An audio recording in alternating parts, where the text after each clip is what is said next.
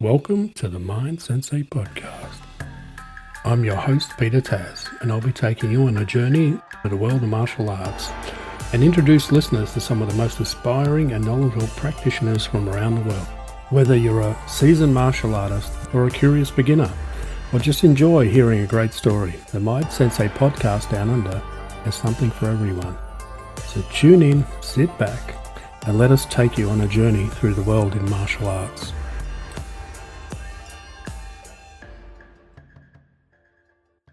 Well, welcome back to the Mind Sensei podcast. I'm your host, Peter Taz, and today's guest is someone who truly embodies warrior spirit, Mr. Ian Lauer. Mr. Lauer is a lifelong martial artist, dedicated student of American Kenpo, and an accomplished IFBB pro. Working actor and powerful presence both on and off the screen. From earning his black belt at the age of 16 to starting over as a white belt in Kenpo to standing on the bodybuilding stages and film sets. Mr. Lauer's journey is one of discipline, humility, and relentless pursuit of growth. So welcome to the Mind Sensei podcast, all the way from Zanesville, Ohio, Mr. Ian Lauer. Thank you, sir. Thanks for having me. It's a pleasure to be here with you. Let's start at the beginning, as we always do with everyone, and let's talk about where you grew up and how you got into martial arts. Yeah, of course. So actually, yeah, I'm back in my hometown of Zanesville, Ohio. I've had a long journey and found my way back here after a number of years out in California and whatnot. But originally, when I was little, I think like a lot of people of my generation, watching movies like The Karate Kid, and then not too long after that, Bloodsport. Those were super inspiring and made me want to get into martial arts. But even before that, I remember the old kung fu movies. The ones where like you'd see the guy and he would jump like 30 feet in the air and do flips and land up on top of the building. But then now you can watch it in slow motion. You see his hair stood up right before he jumps. So it's just played in reverse. But I remember watching all those old kung fu movies, and I was really into that. And then, of course, like I said, when Karate Kid came out and then later Bloodsport, that was like the real stuff for me that got me super interested in it. And just trying to find a place that I could, to train, because there weren't a ton of options locally. But that's how I got started in it, and here in my hometown of Zanesville. Okay, so if you're a Bloodsport fan, tell me how many times have you practiced the face? Ah, yeah, a number of times. Quite a few times. I make the jaw go just right. Well, funny on that note. So when I was in Los Angeles, I worked out at Gold's Venice all the time, and I'd see Van Damme. He would be there, at the gym working out a lot. So I did meet him while I was out there, and I never asked him to dance and do his moves. And I I don't remember which movie that was, Bloodsport, where he did the dance. That's a very popular meme now, but he was cool. But yes, the biggest thing he inspired for was the splits, though. I mean, that was where everybody started trying to do the splits, is after he was doing them on all of his movies. Yeah. Yeah. Okay, so you started training at 12, Cossacks karate. Tell us about that journey. Sure. So, yeah. So, in like I said, Zanesville, Ohio, we actually have a number of options in this town now, which is not a particularly large town, but we're a little over an hour from Columbus. But back then, I really wanted to train in Kung Fu. That's what I wanted to do. But the closest place at that point was in Columbus, which is a little too far. But the other thing is, they wouldn't take someone as young as myself at that point. So we kept looking, and my dad knew a gentleman from his workplace where he had a school, but he kind of grew. He knew that guy. He's like, I don't know if that's the right fit. And then there was another gentleman he knew from work whose son taught karate in my hometown, here in Zanesville, like I said. And so that's how I got started with that guy, Grandmaster Hardwick now, who runs the Kazakhs Karate Club out of Zanesville. So that's how I got started in that particular school. Tell us about your first instructor and what impressed you about him. Okay, so yeah, well, Master Hardwick, when I started, he was a fourth degree in Kazakhs karate. He was one of those guys. You come in there and handsome guy, muscular build. I mean, this is a guy that would throw up 405 on bench any given day, and in shape. It wasn't like he was a huge sloth or anything like that. He was always like super fit. And just uh, if he's in the room, when you go in the room, they would spar. We have kumite every class, right? And you just knew, like, he was one of the guys that he could take care of himself and a lot of other people if need be. But super friendly guy, and you want him on your side, and just one of those guys you wouldn't want to be the one that crossed him. Let's put it that way. So, what initially drew you to martial arts? Well, I mean, it's kind of hard to say exactly, but I was always a really scrawny little runt. So my dad would say I'd have to run around in the shower to get wet, if that gives you an idea of how scrawny I was. So, I mean, it could be partially self-preservation, the idea if I learn how to defend myself, I'll be better off. Um, I s I assume I've always been disciplined, but it's kind of hard to say chicken or egg, right? If the martial arts are what really made that, or if I already had that to some degree and the martial arts just help hone that.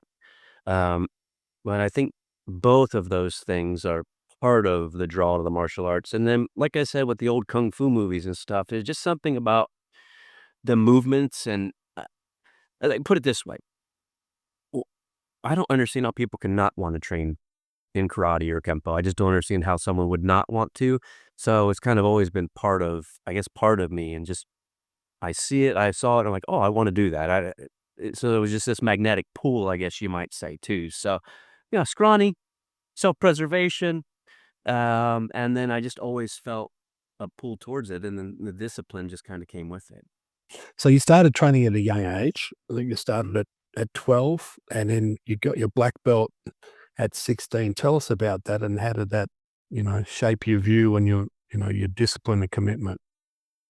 Um, well, I mean, I was young when I started, and to be fair, I did work with a gentleman a little bit one-on-one prior to that, but it just we couldn't really get a schedule going, and it just wasn't working because he had a full-time job, and it was more like once a month, he'd come over and show me a couple exercises type thing, and it just didn't work for what I was trying to do. I was still a little kid, but by the time we finally found the school and I was approaching my teen years, yeah, it was the right fit at the right time for me.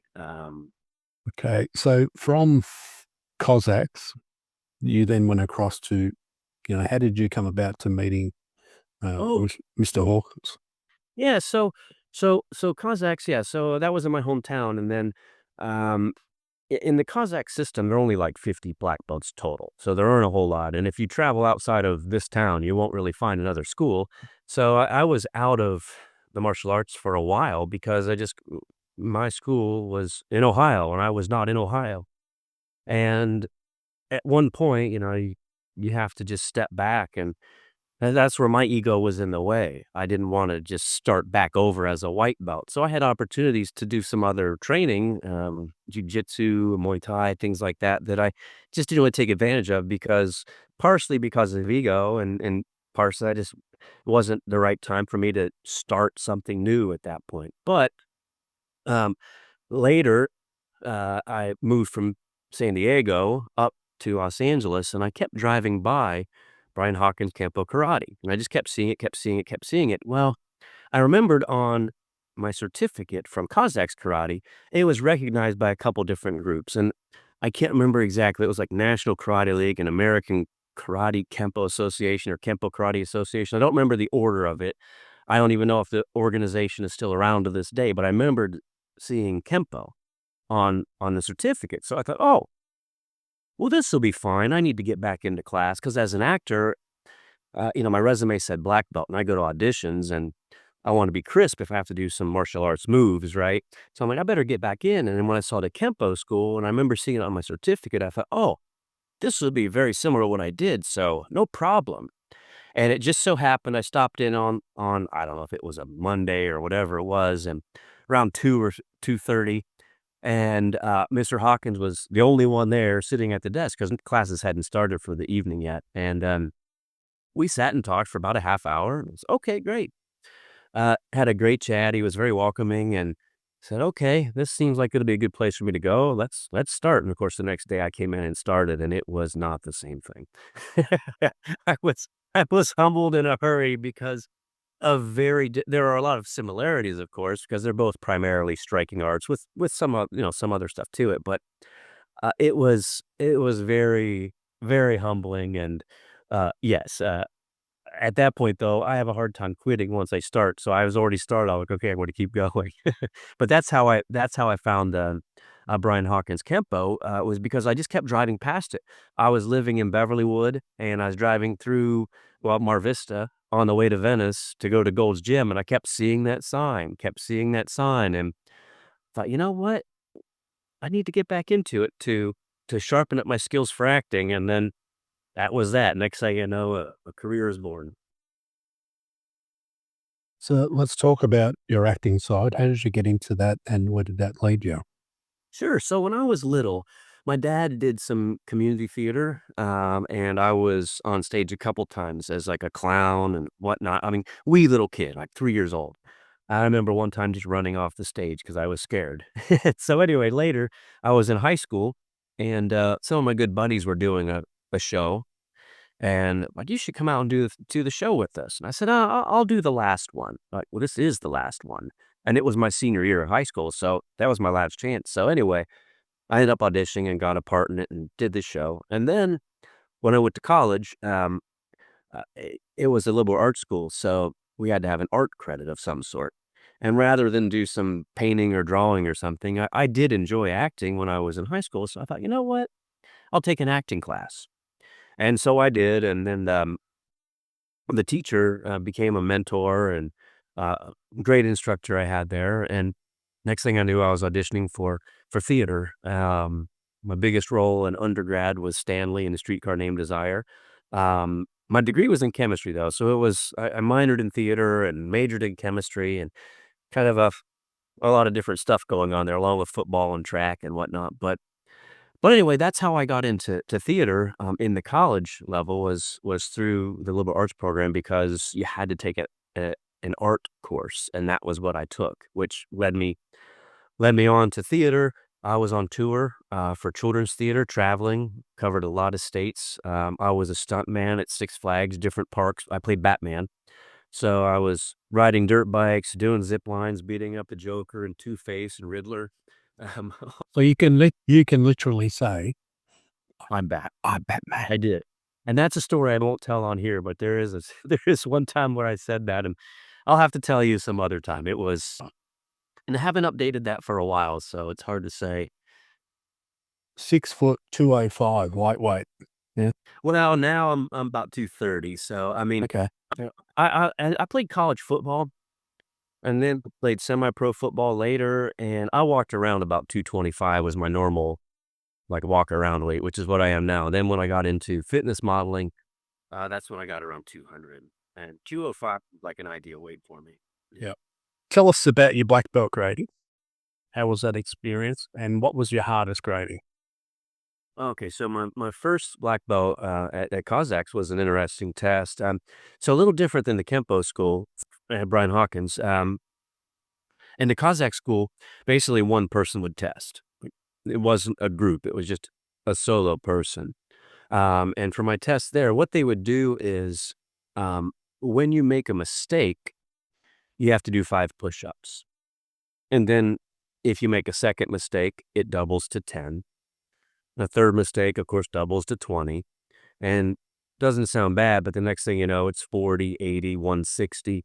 So they can add up really fast. And Master Moore, who was the founder of that system, was in town for my test, and that was one thing. So basically, like our forward bow in American Kenpo, where that heel hits the ground as we land with our punch, right? So we were doing front, side, and back attacks. You had to do 100 from the front, the side, and the back, and they're very much like American Kenpo techniques, only they're extemporaneous in that they throw something and whatever comes out, comes out. Well, I was doing my response to these different attacks, and when I would throw a cross, frequently it would be more like a boxer's cross, where my back heel would be up, my rear leg was bent. When he called me out on it, and 5 push-ups. Okay. And, then I'm 30 more techniques in and yame, whatever. And next thing you know, 10 push-ups. And, you do 100 from the front, 100 from the back. And I don't remember if it was 50 on each side or 100 on each side, but you do 300 or 400 of these before it's all said and done.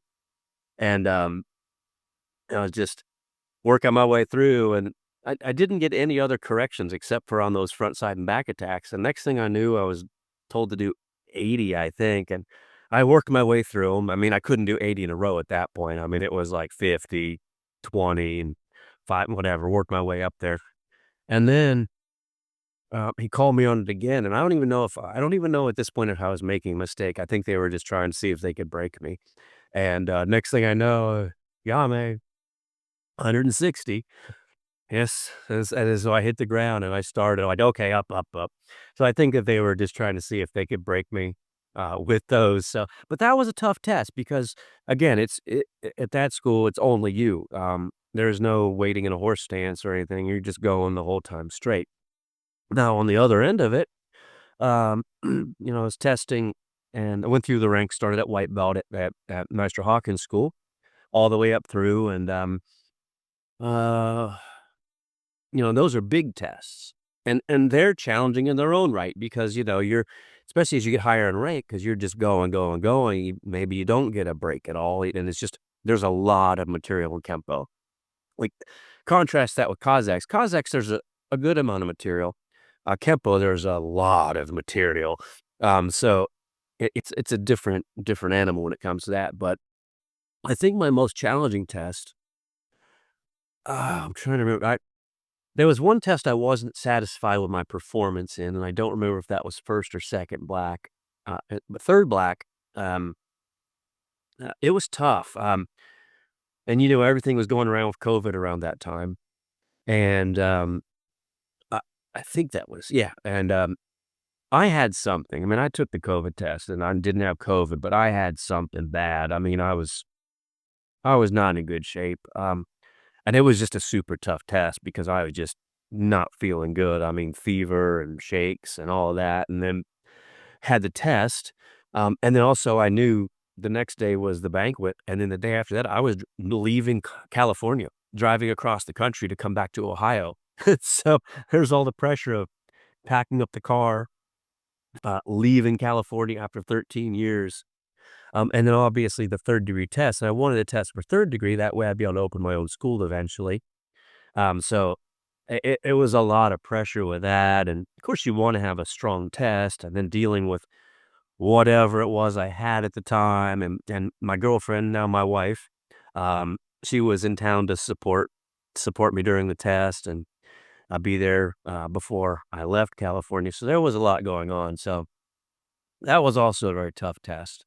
My black belt test in Taekwondo it was challenging, but, um, that also was during the COVID time, so the group I was training with, I trained under Master Jun Chong, who, um, he's the head of the school, and I trained a lot under Master Safari, and who he had one of the other schools, and anyway, it was during COVID, and so a lot of the training I did was in the park, because we had to be outside, couldn't necessarily be in the school and whatnot, so that was a fun experience, a different experience.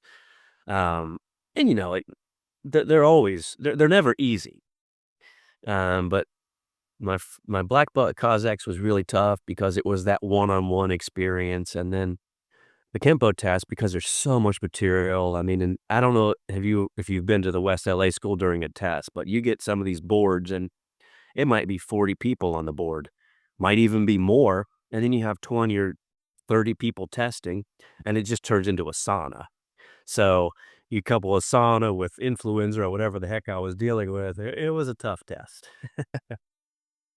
Nice. So with your journey with Mr. Hawkins, when did you start training in Kenpo? I wanna say 2013, June of 13, like I said, I was a black belt for a lot of years, and, well, I shouldn't say that.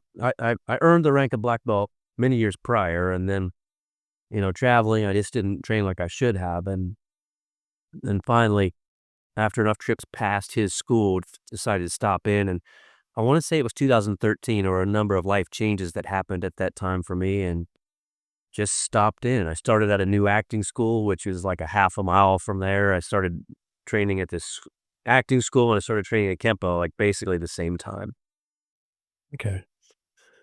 So in terms of let's talk about your acting career. Sure. Um, let's talk about some of the stuff you've been in. Maybe people or listeners would know what you've done. Apart from I'm Batman. Batman. We're not going to live that one down. No, no, that's fine. My first acting job was called Blue Jacket, which, it's a Native American drama that used to take place down in Xenia, Ohio, which, unfortunately, that show's no longer around, and that was my first show. Then I was on tour for, Theater 4. They had a branch out of Cincinnati. We covered 13 states or 16, I don't remember. We were 5 or 6 of us in a Ford Econoline van traveling, doing a show. Then I was Batman, a few different Six Flag parks from Massachusetts to, Louisville, Kentucky, and, Corfu, New York, so all over. I was at grad school in Detroit as an actor, on the Hillberry stage, and then eventually found myself in California and got into film. And so some notables that I worked with while I was out there, well, my martial arts film, one of them is called Enter the Fire. I was the lead, and then, of course, the lead heavy or the bad guy is Lou Ferrigno, so a lot of people know the Incredible Hulk. So, You got to love Lou. yeah, he was cool, but he was the bad guy. Did he say you wouldn't like me when I'm angry? Well, I will say that he has a line where, "You don't wanna make me angry." He's actually saying that to my buddy Guy. I got Guy on the film, so my Australian bodybuilding buddy, and, he's like, "Don't make me angry," but then, it was great, and then there was a part where I'm talking about him, and I didn't realize he had that line, and his character's name is Monroe, and I'm talking to, I think, my brother in the film, I'm like, "You don't wanna make him angry." You won't like him when he's angry. It's like, it's like the line. So, but he was cool. That was a martial art. So it's very much like the 80s and 90s martial arts style film. And then my first film is called The Musician, and there's actually martial arts in that too. And then let's see. I worked with Kevin Sorbo and Brian Bosworth. Bosworth was a famous football player, American football. Um, Played for Oklahoma and then later for the Seattle Seahawks and whatnot. So yeah, a movie with them called The Reliant, which is actually based in my hometown here in Ohio. Yeah, so a lot of different films, and I have a few of them that are still coming out. One of which called Clutch, which I'm the lead heavy in that.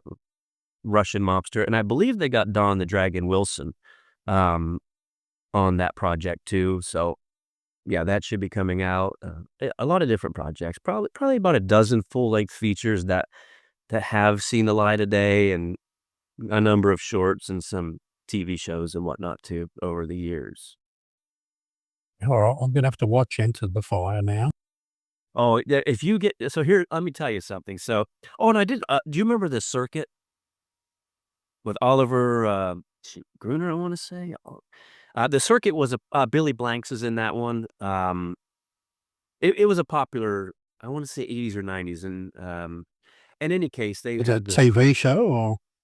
well, it was a movie, and it was a series of movies, and I did before I left California, shortly before I left, I was a fighter in what was supposed to be a TV series, The Circuit 2020, and I think I know they just turned it into The Circuit 4, and it has, Bolo Young's son, uh, is in that, and Billy Blanks, of course, and is it Jalal Mir? Is that how you say it? Um, he was a guy that was a producer and martial artist on films like Tiger Claw. Tiger Claw is with Cynthia Rothrock and whatnot. Yeah, so that's another one. Got David Young, right? On Sounds right. yeah, I That was just sounds I looking at didn't meet him on set, but yes. Faith Fighter streaming online. Yeah. Okay. A lot of my stuff's on Tubi, I believe, or I think that's where a lot of it is. Okay. All right, I have to head over there. So the other one, Blue Jacket, is it called Blue Jacket? Tell us a little bit about that. So that was my first ever acting, and that wasn't a movie. That was an outdoor drama. And so the producer at the time would say something along the lines of, "It's for people that like uh, fine theater and people that like WWE wrestling. Everybody can like it." So usually different crowds like very different crowds can enjoy it because we would have it was like 20 horses, and you had Native Americans fighting, people coming across the plains, and the story goes that Blue Jacket was adopted into, Shawnee tribe and became a war chief. So he was, a white guy that got adopted in and became a war chief. That's the story of Blue Jacket, and of course, there's controversy as to whether it's true or not, but that was what it was about. Yeah.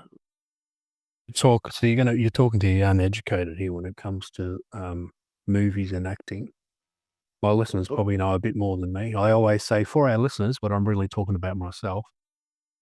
Yeah, that's Outdoor drama, is that like outdoor theatre? so yeah, so basically, it was a huge amphitheater, and I can't remember I wanna say it's seated 1,500. I don't know, could have been 800, could have been 2,500, I don't know, it just was a huge outdoor amphitheater, and, like, there was a sand stage, it was out in the middle of the woods, and you had these like, a huge fort that would roll out, we had 3 cannons that would be shooting during the performance, uh archery, people were flaming arrows, black powder weapons, high fall I mean, it was quite a spectacle. And there's still one in Ohio, it's in Chile. So it was live acting. Yeah, Live theater, outdoor. Yeah, okay, right, okay, I'm with you. and there was a lot of stage combat too, of course, in that. I'm with you now. All right. I was just trying to figure it out in my mind, but Yeah. yeah. Yes, so I came through acting through theater, and then, or into film and movies through theater, so, just, people get there in different ways. I came through theater, went to grad school for theater, and then, eventually found myself in film and television later. A fitness reel, that wasn't P90X or anything, was it? So interestingly, I know that Mr. Idol, who you had on your show before, and is one of my instructors. He worked with Tony Horton for P90X and building a Kenpo workout. I actually did a lot of different fitness work over the years. Interestingly, one of them was with GSP, George St. Pierre, GSP Rush Fit. I was on that project as one of the workout models, and that really opened my eyes to. It gave me a different perspective on MMA. 'Cause I had, as a traditional martial artist, I had a certain opinion that was just a biased opinion, I really didn't know. And then, of course, meeting GSP, he was so cool and still had the heart, um, and then it was just quite an experience, but so that's one of the projects I worked on, in the fitness world. Um, there's another project, a power press, which is like this push-up board. I was a trainer on that, and then there was another workout program called XR30 where I was the 2 of us were the trainers for that, so a lot of different programs over the years. I did not work specifically with P90X. That is, like, one of the groups I didn't work with. I worked with, like, 3 other of the 3 other groups that do a lot of those fitness videos I worked with, but not that particular group. But XR30 it's a great workout and 30 minutes, obviously with a name like XR30. So being a ex-actor, theatre and fitness model, does your wife claim any of that to her friends? "My husband's a model." Oh, she likes to show pictures of Fred and some of the older days, and yeah, she has some fun with that. I could just imagine. But don't get me wrong, I mean, she did a fitness show, and she was training for another one when COVID happened, and, of course, that kind of shut everything down with the fitness shows that she was preparing for, and she's an actor as well and producer and director. She had a good amount of success in the acting world. That's actually how we met. We were both doing we met in the fitness world, and on set. We crossed paths in the fitness world, and then we met on set for this show. It was kind of like, let me think. Have you ever heard of Whose Line Is It Anyway? Yeah. So it's Yep. kind of like if you took Whose Line Is It Anyway, Saturday Night Live, and Star Trek. If you put those together, that was what the show was, and it was a live show. So, like, we're on Zoom right now doing this podcast. Well, this was before all the filters and everything they can use now, where you could just make it. So we were doing a live show that they would later cut into episodes and whatnot. That it was like really groundbreaking at the time. William Shatner was involved at some level. I mean, but that's how we met, my wife and I, and many years later we actually got together. But that was one of our early meetings, and during her acting days as well. I was just looking through the website here, and you mentioned the names before, Kevin Sorbo. So now I know you're talking about Hercules. Hercules, yep. Hercules. Hercules, exactly, Hercules, and he was super cool, man. He was so cool. As you know, you get on set, and he he he was the biggest name. Well, I mean, Bosworth is a big name too, but Sorbo, he's been around. I mean, and done a lot, and he was one of the guys. Just cool. And you just sit down and you just chatted up all day, and he was cool, fun to work with too. Tell us about your part in the Reliance. The Reliant, well, I'm the devil.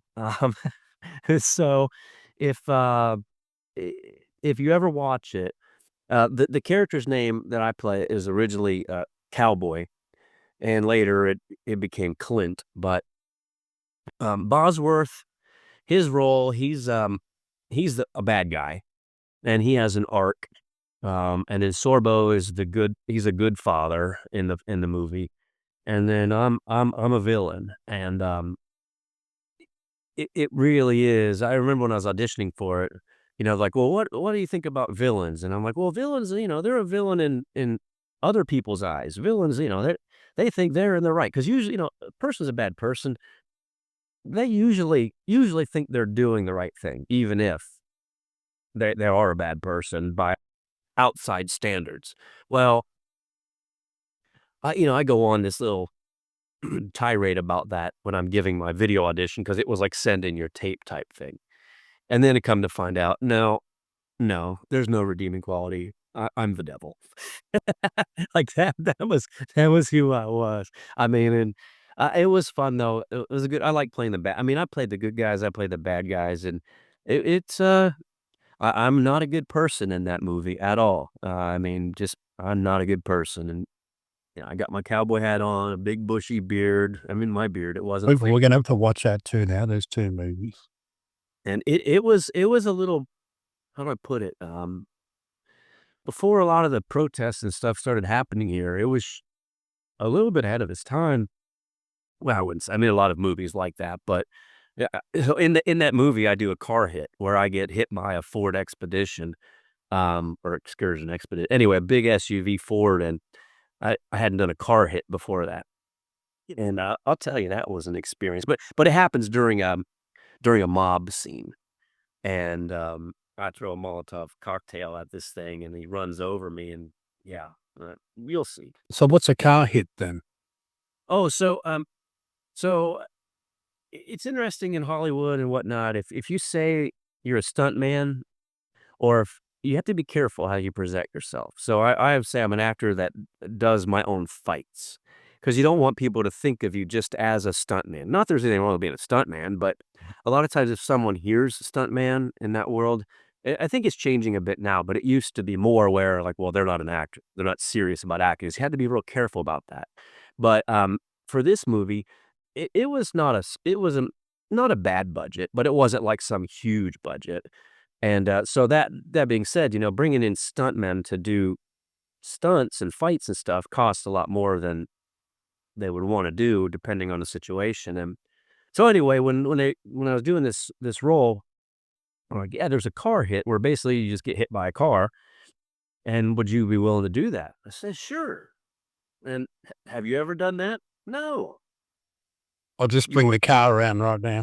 Yeah, they're like, "What are you?" And then so this went back and forth a couple of times. Like, "Have you ever done it?" I said, "No." "Would you do it?" "Yes." And then we went kinda back. I said, It's fine." I mean, we had a stunt coordinator, and we had a driver, and I mean, I had a what's called a gator bag on, which is like a protective like for motorcycle riding, and knee pads and elbow pads, and in essence, basically, I was, I don't know, 15 yards away from this Ford Expedition, and Rick just hit the gas, and, I don't know if you ever stood chest to grill to one of those big Ford SUVs, because it was the F-150 equivalent, and that sucker, I mean, the hood comes up to here, and what you have to do, at least for this hit we did, is you have to jump up, and then you roll over sideways, and then as you hit the hood, the windshield gets you and flings you off, and, I just remember Rick's like, "Yeah, we'll do it," and I'll go about I'm like, "Just go half speed so I can get a timing on the jump, because if you don't jump, then you're getting run over, or at least get hit." And boy, I don't know if he went half speed or not, 'cause he came pretty fast. I just remember jumping up on that hood and rolling over, and when that windshield hit me, it was the most humbling experience, because I played college football and semi-pro, and I've hit 300 and plus pounders, and, the human body has some give. A Ford Expedition does not. When that windshield hit me, you think the windshield's gonna push you. Well, it's angled like this, and your body comes up and hits that. Next thing you know, boom, you're 8, 10 feet in the air, however high it is. It feels like 15 feet. It was probably 8 feet. Next thing you know, you're landing in the superhero pose, knee and elbow, and I mean, it was a humbling experience, because it is you're just a rag doll. When that thing hits you, you just go where it wants you to go, and yeah, but it was an experience. We did 3 takes on it. We got the first one, and like, "You wanna do it again?" I'm like, "I'm okay," and then they got the second one, and then they were asking, "I don't know, I wonder if we could," and I said, "Guys," 'cause, your adrenaline is way up here, and so I'm not feel like, it hurts. I mean, you get done, you're bruised up a little bit. It's like after a football game, you're bruised up. You're not injured, but you're not feeling great, and I said, "Guys, we're gonna do this. We do it right now before I start to stiffen up." And so we did it 3 takes, and, yeah, we got it done. So when you landed the Superman, did you go, "I'm Batman," inside of yourself? And that I did.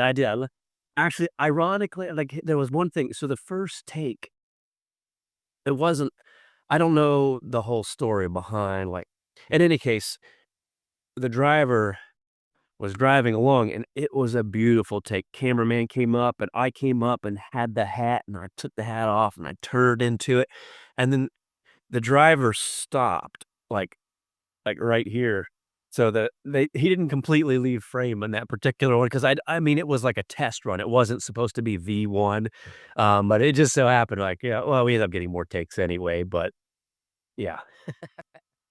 Nothing, editing can't fix. Well, yeah, I mean, and it turned out just fine, but it was just funny. I was like, "Oh, man." Just because where I landed, we didn't know where I was gonna land. I didn't know where I was gonna land, let's put it that way. Let's talk a little bit. I'm just trolling through your site. So, the musician. Yeah. So, that was my first ever feature film. So when I got to San Diego, um, I was just gonna sit on the beach and take it easy. And then next thing I knew, I was kind of back in my same life where I just was doing personal training, and I was getting a full boat of clients and not doing anything but training people for fitness. And, one of my clients mentioned an acting class, and I had done that in Detroit, wanted to study at Second City, for some improv, just for something different other than my personal training business, and Did you say that was San Fran? what's that? Did you say LA or San Fran now? This was actually San Diego. Oh, San Diego. Okay. When I first moved out, I was in San Diego for about a year.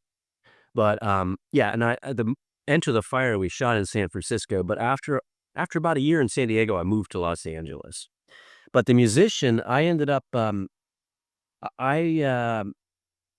seeing back then it was some movie auditions and show auditions on Craigslist, ironically, not where that's not where you necessarily wanna go. Later on, you learn Actors Access and LA Casting and all these things, Casting Frontier, but at the time, I didn't know. There are, different kind of casting couches on Craigslist, right? There are a lot of different ones out there, you gotta be careful, but but I ended up, ended up doing a short film. And another thing I stumbled across was a fitness show. So I came in as a trainer for a fitness show and hit it off with that director. And he ended up writing the movie The Musician. And that's where that came from. He wrote it with me in mind. And it's a story of a guy that kind of neglects everything in life his for his performance, right? Gives up on his family essentially just to be a musician. And for I don't want to ruin it if anybody wants to watch it, but has a comes to a crossroads, let's put it that way. And is he going to pursue that dream, or is he going to take care of his daughter? And this character, David, as David in acting, we often refer to I instead of him. But so I was, um, struggling with that. But I grew up doing martial arts, so I found that doing martial arts and fighting kind of gave me the same thing that music used to give me. And so then it was like, am I going to go down this rabbit hole and avoid and not take care of my family yet again? So there's kind of that duality and the struggle of self and outside responsibilities and all that goes with that. Also, I noticed you, the boss man. Oh yeah, the boss man. So that was JJ. So I was at Who's the female on the cover? That's not Pamela Anderson, isn't it? Or somewhere. no, it's Vicky. She's Australian though. Vicky Lee. Vicky, Okay. I think I want to say Vicky Lee, but she's from Australia. I'm pretty sure. Um, The Boss Man, so I was at Dragon Fest. Michael Matsuda, I believe, is his name. The Martial Arts History Museum in Burbank, California. Every year they put on what's called Dragon Fest, and it's a cool event. If anybody's in California or whatever, I definitely recommend checking out the museum, which they just moved. Excuse me, and also Dragon Fest, which they do once a year. I was there and I ran into this guy, just sheer happenstance. um, and had a little chat, and he's like, "Hey, I would like to get you in one of my movies one of these days." I said, "Sure." And you just never know. And sure enough, it was, I don't know, 2 years later, we crossed paths a couple more times. And next thing you know, he gave me a call, and that was one of his movies he had coming out, and he wanted me as the lead bad guy or one of the lead bad guys.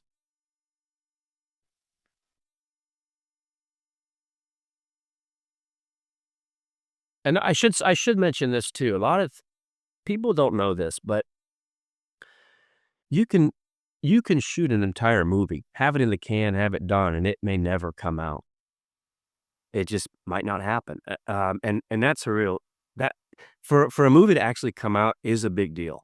No matter where, I mean, so many of them just never see the light of day. And I'll tell you another little story too. I was auditioning for a movie, and I won't say the name of it, but it's a whole process. I mean, you submit your information, and then they ask for a video audition, and then you come in for a callback, and then you got a chemistry read. And I went through all that.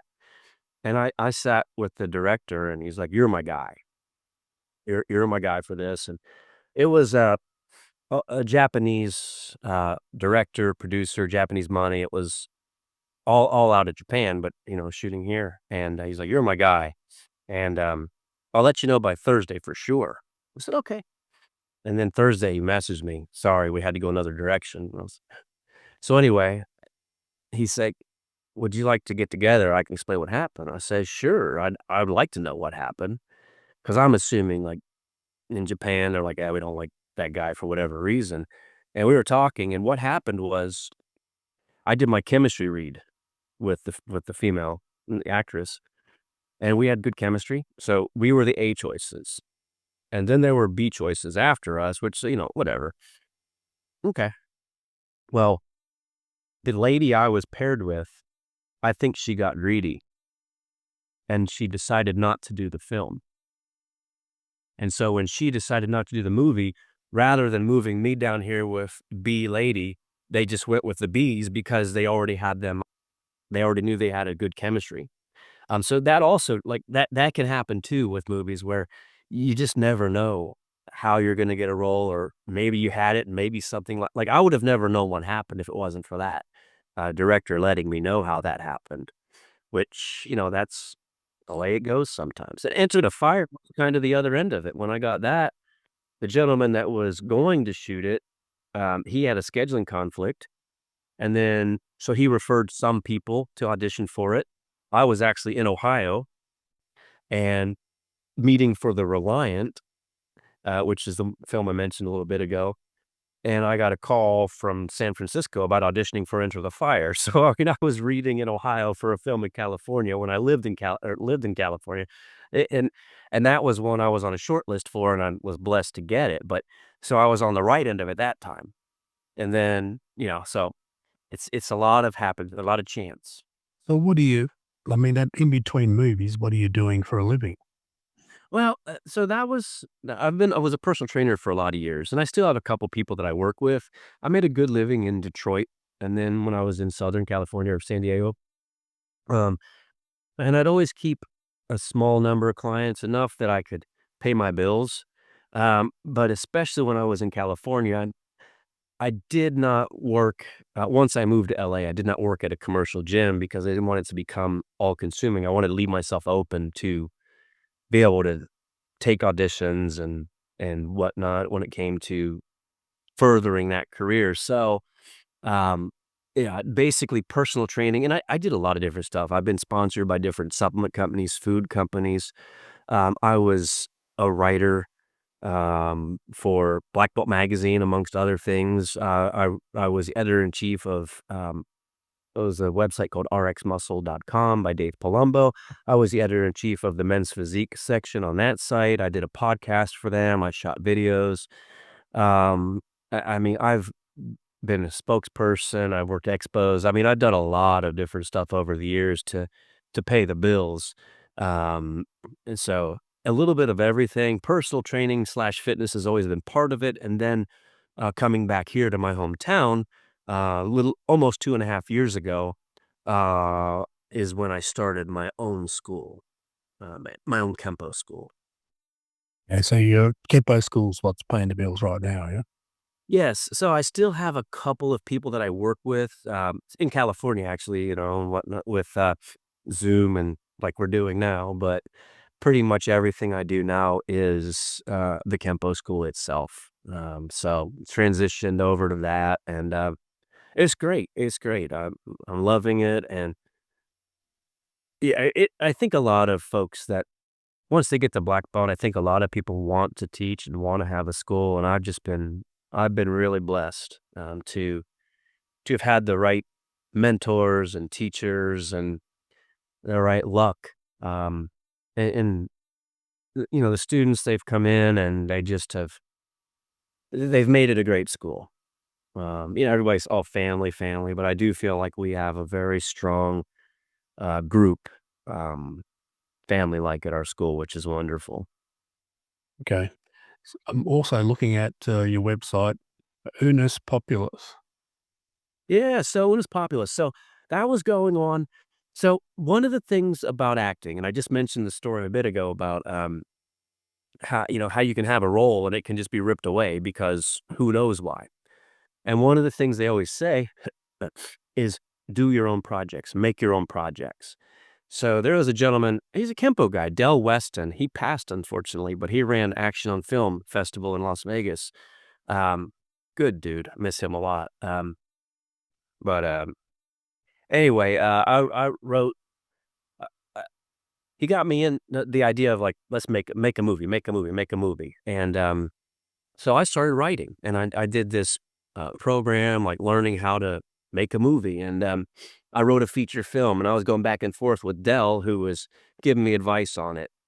And he said at one point, "You just need to step away from it," because I was just edit after edit. I mean, feature film, which I intend to shoot here. It's called Savage Pond. That's still in the works eventually. I was gonna shoot that before I opened my school, but circumstances had it to where I opened my school first. But anyway, Dell says, you have to step away from it and let it breathe and then come back to it. And so I was in the mood to write and shoot a movie though. And I realized, you know what? If I did a short film, I would get practice, actually going through the whole process from concept to release. So it was it was June, and I want to say it was either the 7th or 8th, I don't remember, of June. And I said, you know what? I'm going to come up with an idea. And in less than a month, I'm gonna release a short film. I'm gonna do it. And so I remember I was in the shower and the idea came to me. Like I said, it was early June. And I said, okay, by July 4th, I'm gonna release this. And so I had the concept, I wrote it, I cast the whole team, ended up one of my Kenpo brothers, he shot it for me, and if I wasn't on camera, I was shooting because I wanted to run the camera too, so he let me do that. If I wasn't on camera, I was running it, and then after the fact, I edited the film, and then I entered it into festivals and released it on July 4th. So the whole thing was I wanted to take a project from concept to completion in less than 30 days, and that's exactly what we did. And another thing, my actors in that film, when you're coming up, they promise you copy and credit, it's called. And copy is basically just a digital copy of what you did so you can put your reel together. And that shows other people like, hey, I can act, or I've done something before. And credit is on IMDb, the Internet Movie Database. It's where you go to look to see if someone's legitimate. And I told my actors, I'm like, you will have copy and credit in less than a month and it will be released. And sure enough, I mean, they had their copy middle of June, a credit on IMDb, and we were released and in festivals, winning awards. Yeah, and one unus populus means one people, and so I was. I mean, I think a lot of people get really frustrated with. I mean, people stoke the fires when it comes to race relations a lot, and I think there are people that profit from it, and it's very frustrating. And Unus Populus is a piece that just shows that we really are one people. And if somebody watches it, I mean, there's cuss words in it. It's, it's PG-13, there are F-bombs in there and whatnot. But the message, though, is that, one people um, is what is what we should be striving for understanding, I guess. Okay, there's another one I got to watch now. Thanks, mate. But that was only like 10 minutes. It's not like it's not like a nail biter, it's more of just the message, and if people there's some jokes about Cleveland Browns in there, because if you're a Browns fan, like Cleveland Browns are a football team in Ohio, I don't know if you've heard of them over there, but The only Cleveland brand that we're referring to over here is the one from Family Guy, right? He's probably a takeoff from them anyway, right?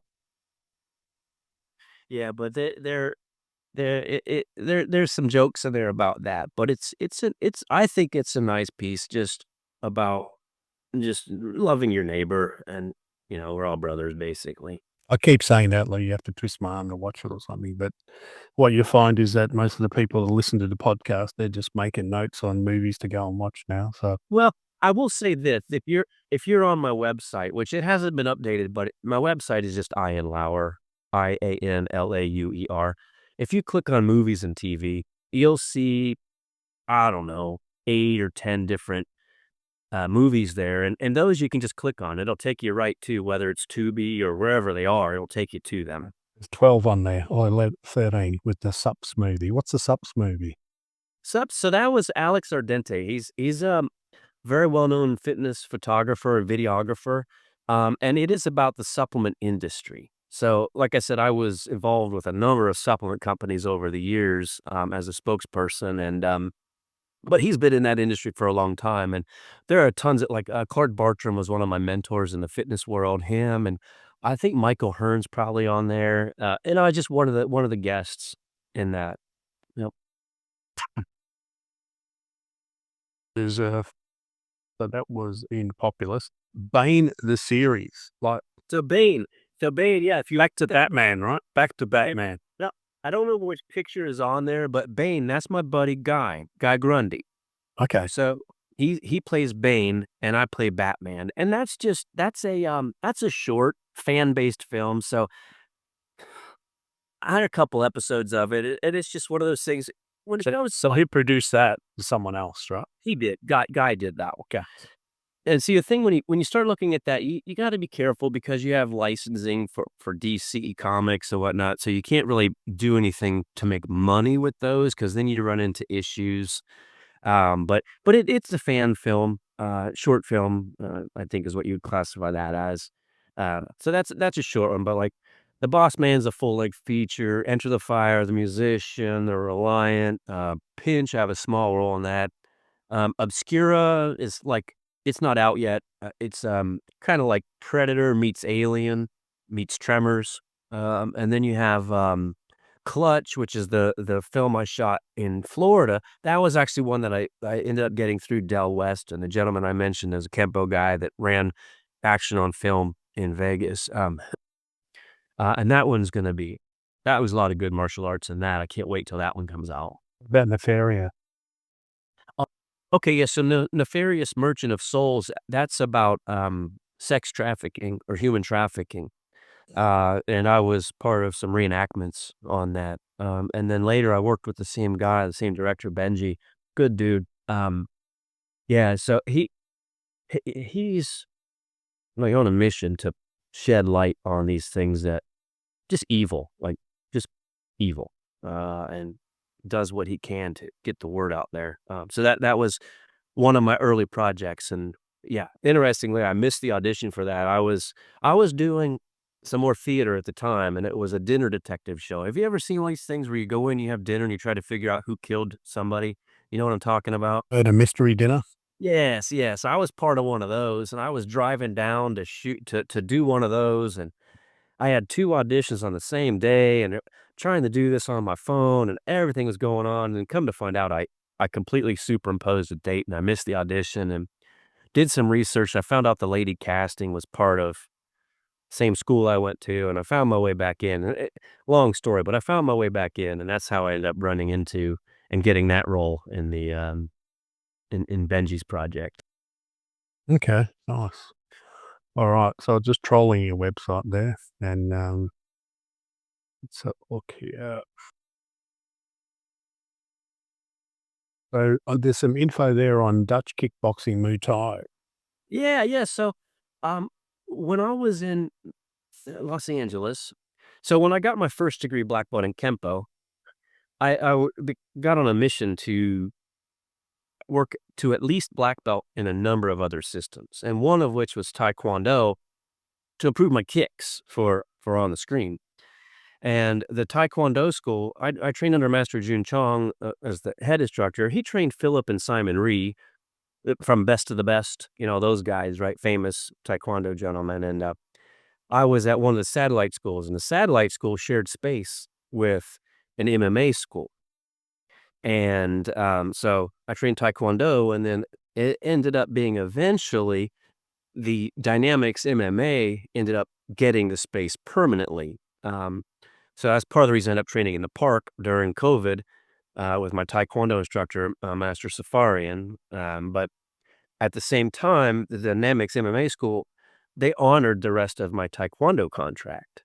So I had a few months to start in jujitsu, and then wrestling with Vladimir Marachenko. I always say his name wrong, but he was the janitor in, he I think he won the International Fight League, and he was in the UFC as a light heavy, did well. And then the owner, Anthony Hardonk, um, he was a heavyweight UFC fighter, Dutch kickboxer, and he had success in the UFC. I mean, he's mentioned, like, Joe Rogan's mentioned him on his podcast, and he's a heck of a kickboxer, training partner of Ernesto Hoost back in the day. So, in any case, uh, when I was still in Los Angeles, I had the pleasure of training in jujitsu. It was I'm trying to think exactly how long. It would have been about 2.5-ish years, and so Dutch kickboxing too, I trained in for, uh, it's somewhere 2 to 3 years, I don't know, and then wrestling too. Um, so a lot of different training. Yep. And that's one thing I guess I can mention that too is, I get asked, cross training and whatnot when it comes to do you or why would you? And I love the idea of cross training. Um, because there's something in every system that you can learn and improve. I mean, you can use it in your Kenpo or whatever your primary system is. You can take something of value and use it. And I get asked that a lot, and I say, well, especially when let me put it this way. It is a challenge when you go from one system to another, because like, so some things in Taekwondo, stances and those things are gonna be different than they're gonna be in Kenpo. So you have to be able to distinguish and understand, like Kenpo, we talk about point of origin, right? So I remember learning the Taekwondo forms, and my hand would be here on a block, and I wanted to go right into a chop. Well, they wanted me to recoil back and then come out with a chop, which was hard for me to do because I'm used to just point of origin. But, different systems require different actions. And anyway, a long-winded way to say, I do believe strongly, though, in the idea of a striking art and a grappling art can be studied simultaneously, where I can understand some people would have more hesitations to where two different striking arts being studied simultaneously. Um, Again, I've done it, and I can appreciate it, but I can see the objection to that. But I don't really see an objection, or I don't think there's a viable objection to training grappling and striking. I think you need to have a base of something first because you're it's like learning a language, learning martial arts. So you really need to learn a dialect of something first. Get some grounding. Like if you can't punch and do the basics, you go to another class and yeah, there. I think that is probably is the key because everyone's I'll do this, I'll do that. The current generation is oh look shiny object. I'm a buy. Yeah. Well, You know. and that's what I'll say when it comes to um, when I start a martial art, my intention is to work at least to black belt.